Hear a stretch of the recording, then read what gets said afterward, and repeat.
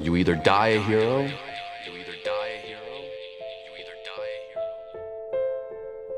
or you live long enough to see yourself become the villain. I want to harass her right now, okay? Penis. Penis. I'm so... What's up, heathens? How y'all doing? I'm the Godless engineer, and normally I critically analyze apologists' claims to give you the best arguments and information so that you can stand up and use your voice. Today, though, we're not exactly handling an apologist, but we are handling David Silverman. If you guys aren't aware, David Silverman has regularly found himself in hot water over the past few months. Most recently, he said this on a podcast. I don't care when a felon gets a shit kicked out of them by cops. George Floyd was human garbage. It's not such a terrible thing that he's dead. And today we're going to be examining a video where he explains in further detail why he considers George Floyd to be human garbage. So if you want to know why David Silverman is a total jackass now, then please stay tuned.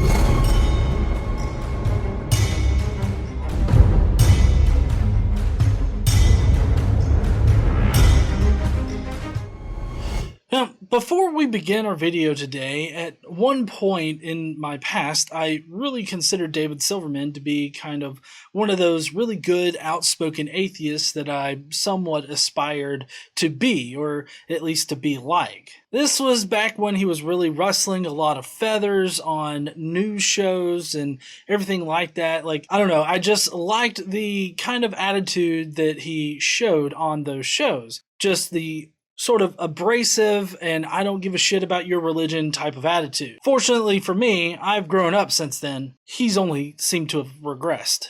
Now, I do want to set the scene for you guys because he made this video directly because of something that I really kind of publicized on my Twitter account. And I want to give you guys the full clip so that you understand what exactly he's talking about here. And systemic racism is a myth. And police brutality is not a real problem. And I don't get upset when felons get the shit kicked out of them by cops. I don't care when a felon gets a shit kicked out of them by cops, especially when they're reaching for a gun, especially when they're a dangerous criminal, especially when they got multiple felonies. I've got more shit to worry about than that. And to say that cops taking down criminals is racism, it's just ridiculous, Dave. It's just ridiculous to look at George Floyd and say, aha, racism. It's ridiculous. George Floyd was human garbage. It's not such a terrible thing that he's dead. Let's just say that. Wow. Yeah, because he's a multiple felon. He held a gun to a woman's stomach, a pregnant woman's stomach, while they ransacked her home. Yeah, I know. And then I don't fucking care. Yeah, but he did prison time for that though, right? Yeah, he did a lot of prison time, but then he was back out again. Right. So are you in favor of you're not in favor of the death penalty, are you, as a humanist? No, I'm not. Okay, no, I'm not. So you are in favor. I care a lot more about the children. I care a lot more about the innocents. I understand. So that clip was taken from David C. Smalley's podcast, where he had David Silverman on to discuss, all of the shit that he's been getting into surrounding various issues. Most notably, this sort of race realism approach that he's taken recently. All right, so now that you guys are caught up, let's jump on into his video. Felons matter less.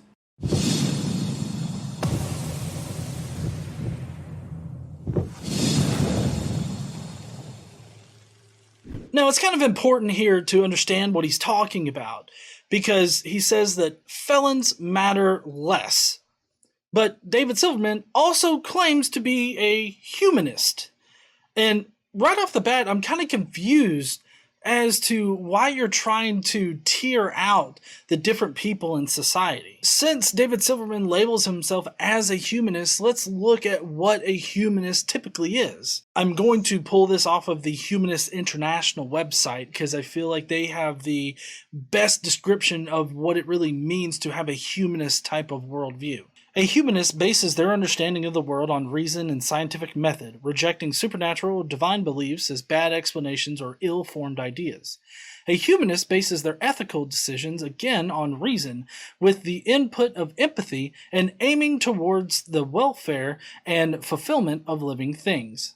So let's keep this in mind whenever we think about what it means to be a humanist. I'm not going to sit here and say that David Silverman's not a humanist, but in this video, he's going to say a lot of things that are not typical of what you would consider to be a humanist. Right off the bat, one being a tiered list of who is valued in our society, being that felons, however you may take that, is at near the bottom of the list, it seems. At least they're valued less than the rest of society. I called George Floyd human garbage. And there was a pretty big reaction to that. And I wanted to make a video about why I said that and what I meant. And no, I'm not going to back down from the statement. I have been watching this racism issue from a different point of view for the past several months, many months now.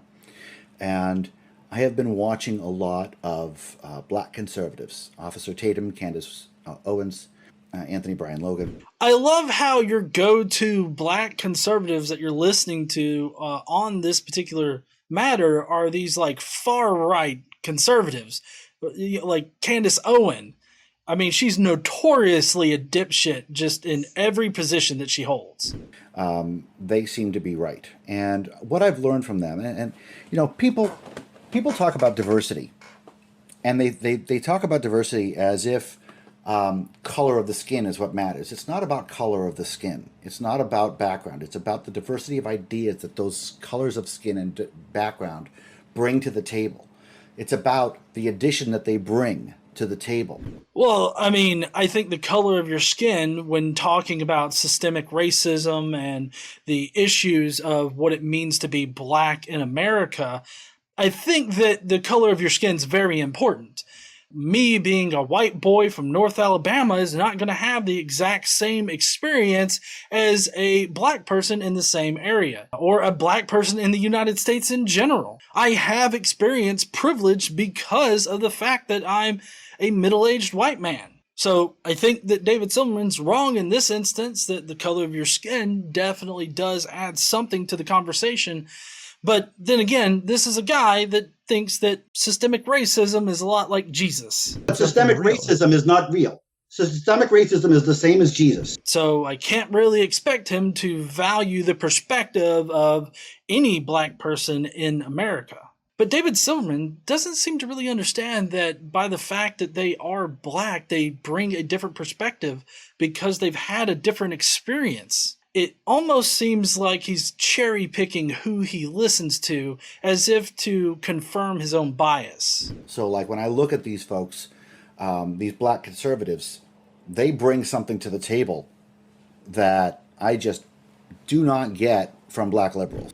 So what would these black conservatives that seem to be correct to David Silverman bring to the table that he's not getting from black liberals? Well, it seems like he prefers the perspective of the black conservatives because they're not the ones that are acknowledging the systemic racism that is prevalent throughout our society. In this section, David Silverman seems to be dismissing the black liberals' view or position and favoring the black conservatives' views because their views on these particular topics are comfortable for him. They sort of reinforce how he already feels, or at least it seems like that's the case.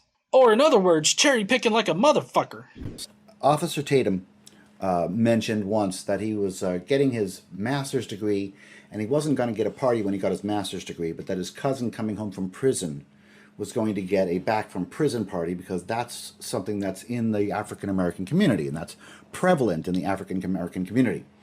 And this was kind of a lightning, an aha moment for me. This idea, I mean, that the African American community is tolerant and almost celebratory of crime. That is not what the parties for people that are coming back from prison are meant to be about.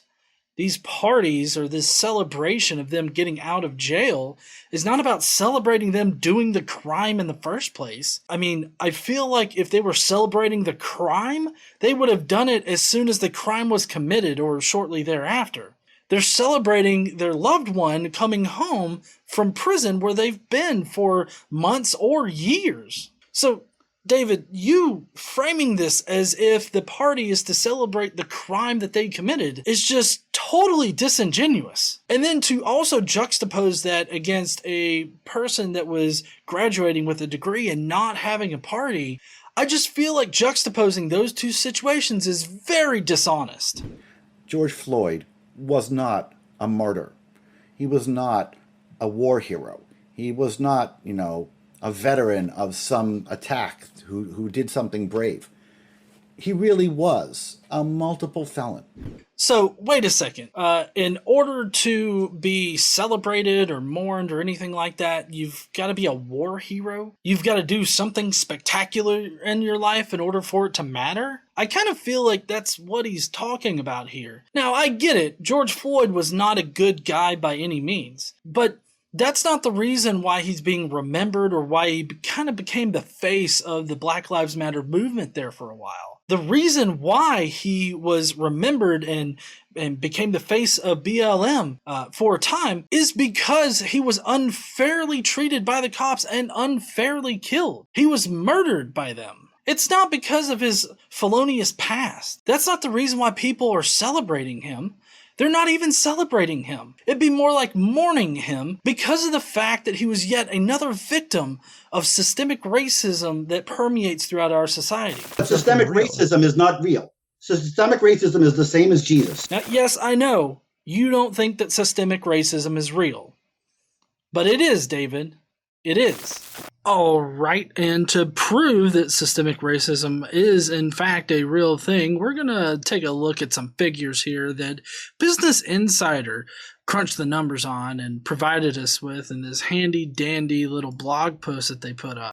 After George Floyd was murdered by the police, they felt like it was imperative to prove that systemic racism is a real thing.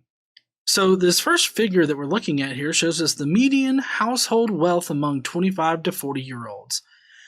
And, man, it really seems like there's a pretty big divide between the white population and the black population. Maybe that's just a fluke, though. Let's go on to the next one, which is the per capita income of black and white Americans.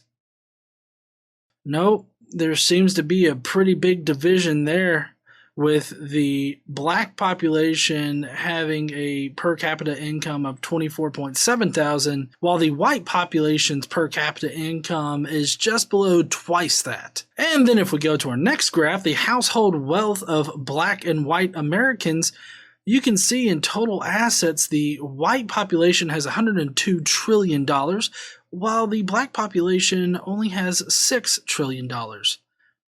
I do believe that there is a pretty big fucking difference there.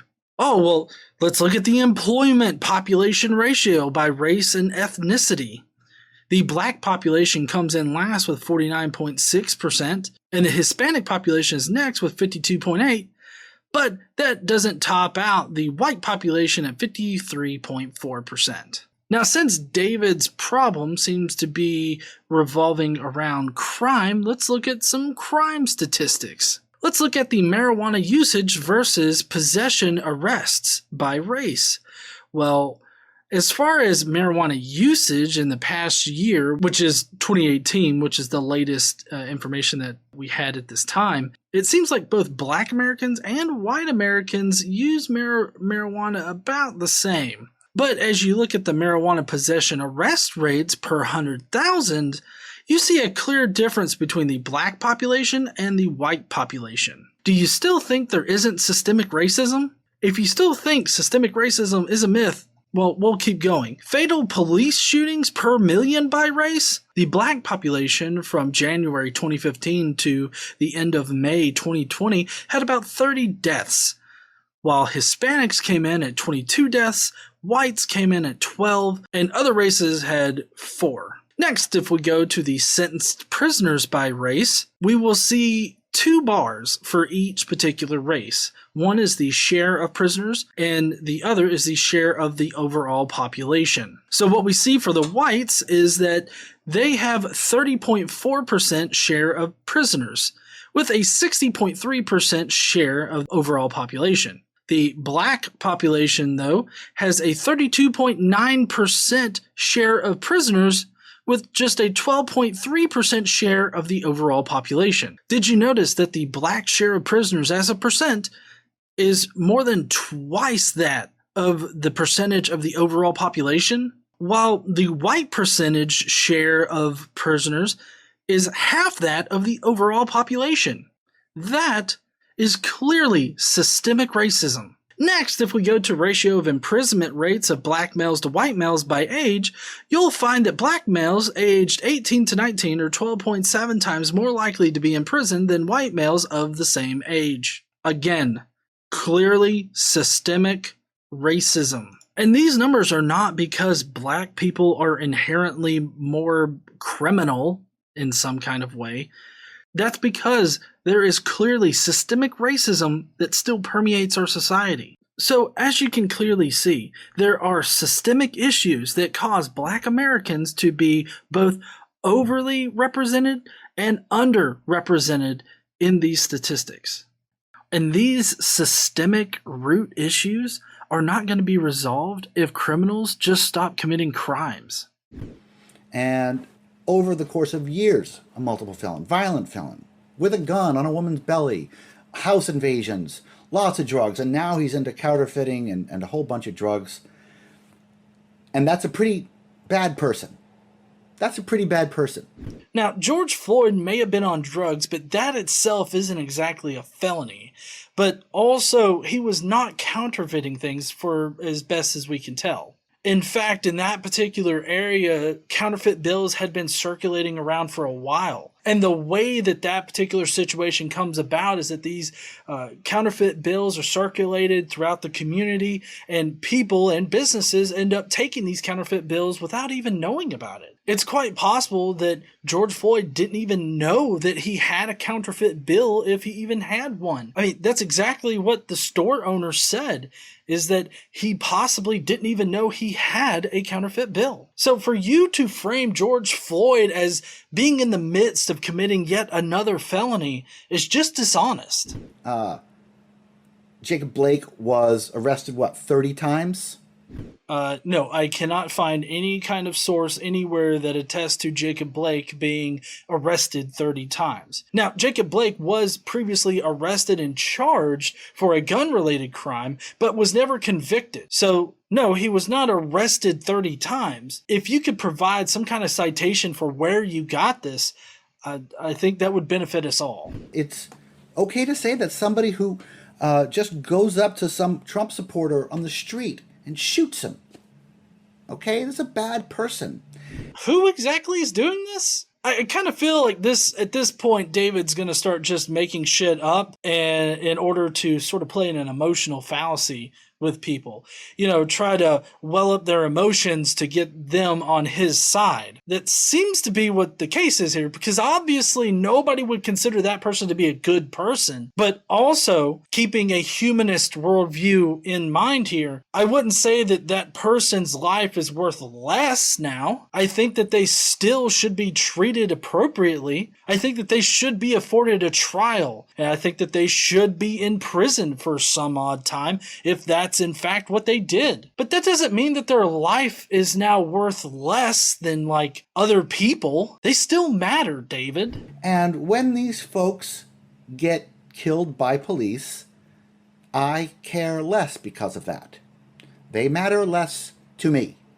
Why is it okay with you that cops just go out and kill black individuals who are unarmed and are not showing any kind of aggression towards them? The unnecessary killing of black individuals in this country is the reason for all of the shit that you're complaining about there, David. We get that you don't give a shit about certain people. But if you're going to take that position, I really don't think that you can sit on your high horse of humanism. When And I want to make it clear what I'm saying here. I'm not saying, because everybody's like throwing, what if I accidentally commit a felon? I'm not talking about people who accidentally commit felons. So I'm certainly not saying that it's okay for police to be brutal. Wait a second. I feel like there's a piece that we're missing here. Can we play that clip from the very beginning again? And police brutality is not a real problem. And I don't get upset when felons get the shit kicked out of them by cops. I don't care when a felon gets the shit kicked out of them by cops. Okay, so I don't know how to take this there, David. I mean, on the one hand, prior to this video, you say that you don't give a shit if a felon or a criminal gets the shit kicked out of them by the police. But on the other hand, you don't like police brutality. This seems contradictory. But I care less. Okay, I care less. I care much more about the little girl who was shot in her car with her mother by her side. I care a lot more about the little boy, the baby in his crib who was shot. I care about the innocents being killed and hurt much more than I care about the guilty. This is just an extension of that emotional fallacy. Basically, he's just making up these juxtapositions in order to make you feel emotional about the subject. Why are we having to make this choice as to who we shed tears for? Just because somebody has committed a crime or committed a felony does not mean that they should be treated like shit. And nobody's asking you to shed a tear for anybody. Remember, David, feelings don't matter. And I know that some of my far left friends will really have a problem with that, but you're wrong, okay? Oh, okay.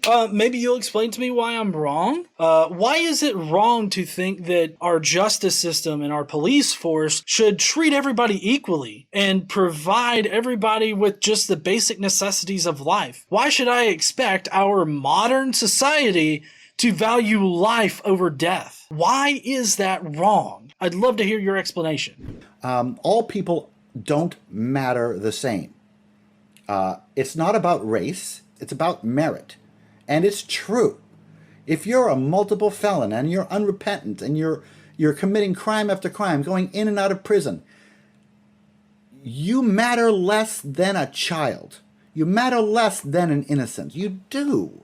I don't know why we're having to tier the value of different people in our society. Now, are those people violating this social contract that we have within our society? Yes. Should they be killed? If you're a humanist, I would hope that you would want to find a more rational and reasonable solution to it by not ending their life and maybe just sequestering them from society. I mean, that's ideally what's supposed to happen now, but it seems like you value felons and just general, well, not even felons, just general criminals that keep committing crimes. You value them below everybody else and think that they don't deserve to live, is kind of what I'm getting out of you here. I'm not saying that that's what you're saying. I'm saying that is what seems to be being communicated here. And, you know, to me, that doesn't really seem all that humanistic. And it's not cruel to say that, and it's not inhumanistic to say it. It's humanistic to tell the truth here, okay? Because if we're going to have this place where we're going to prop up criminals, where we're going to take criminals who are killed in the line of committing another felony and put them up on the walls because and idolize them, we're going to beget more criminals, folks. Nobody is idolizing criminals for their criminal activity. Nobody's idolizing anybody. This just seems to be something that you're making up. I also don't understand the equivocation of wanting fair and equal treatment for everybody in our society, including those that commit crimes, with idolizing them in some kind of way. You view it as idolizing them, but I just view it as just wanting to provide people with the basic requirements for life and preferring life over the death of somebody, regardless of whether or not they're innocent. We're going to increase crime. That's what's going to happen. If people can commit crimes and be heroes, and children are seeing this, Mommy, why is he a hero? It boggles my mind that we aren't having this conversation. Those people are going to have more victims. there's going to be more innocent lives lost. And that's why he said this in his interview with David Smalley. George Floyd was human garbage. It's not such a terrible thing that he's dead. It kind of seems like David Silverman is suggesting that once a felon, always a felon, or once a criminal, always a criminal. I really don't think that's the case. I think that people can be reformed. I think that people make mistakes. He's being very specific as to what kind of person he's talking about here. And that would be the kind of person that just serially commits crimes and is not repentant of their crimes and will keep on committing crimes. But he's using very confusing language by just simply calling them felons or criminals. We have to think a step out here, folks.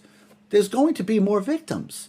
If we don't call out criminals, if we prop up criminals, there are going to be more criminals.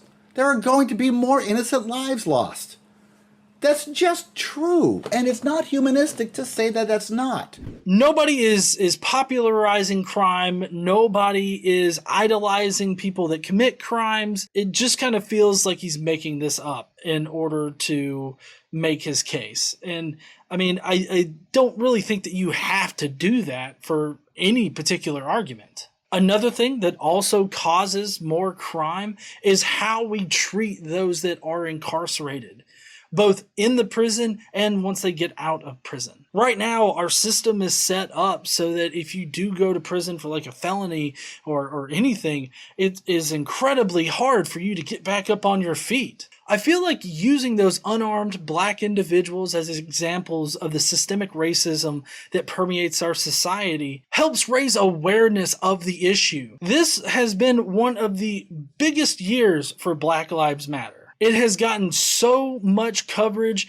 just in our society in general that I think that some things could really change because of it. And it's not because we idolize their crimes or anything like that. We just recognize that they were humans in our society and they were treated like they were trash. Exactly what you're advocating for here. If we are going to actually equate the worst of us with the best of us, nobody's doing that. There is no reason to try and be the best of us. If you have a child, are you actually going to say to me that your child matters the same as somebody who's been arrested for 30 times? Again, nobody's been arrested 30 times as far as this context goes because he's talking about Jacob Blake. But also, I don't know why this particular proposition has to ever come up. Obviously, if you're going to ask a parent whether their child matters more to them or this felon or anybody that's committed a crime whatsoever means more to them, just random person, it seems like a really stupid question to pose to somebody. Somebody who sexually assaulted somebody, raped somebody, serially raped somebody. And again, with the emotional manipulation that he's laying on his audience here. He brings up these hyper-emotional situations that just make you want to agree with him. Like, yeah, fuck those guys, yeah! You're not. You can put all the bluster away. You can put all the participation trophies away. In the end, that's not true. Bad people matter less than good people. That's got to be true, or else there's no incentive to be good. And there you have it. David Silverman making a religious argument. This sounds exactly like what I've heard from Christian apologists everywhere when you get into the moral argument. If it's all subjective, then how can you determine bad from good? It's in the same vein as that. I really never thought that I would see the day where David Silverman, one of the most prominent atheists at one time, would really make a religious argument on his own channel. What incentive is there to be good, David? You start off with a false premise thinking that we idolize criminals for the crimes that they do. But all you're doing is equivocating idolization of somebody with just recognizing that they're human beings and that they deserve the same kind of rights to life as everybody else, even when they commit a murder. You know, in fact, your entire position sounds a lot like eye for an eye, almost. If you're human garbage, you should stop being that And if you die in the act of being human garbage, if you die in the act of yet another felony, no, you shouldn't die. No, it's bad that the cops did that. But I'm not going to shed a tear. I'm not going to cry. Nobody supports police brutality.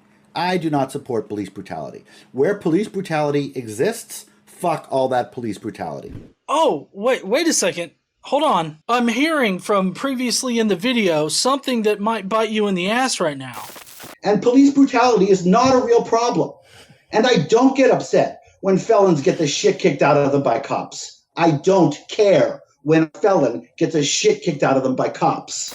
Oh, yep, bit you right in the ass there, David. You don't like police brutality. You're vehemently against police brutality, but at the same time, you don't mind that felons or criminals get the shit kicked out of them by the cops. That is police brutality. Also, again, nobody's asking you to shed a tear for anybody. You don't have to shed a tear for somebody to consider human life valuable. You can recognize the bad things that somebody has done, and you can make them pay for those bad things. But you can still value their life regardless of what they've done.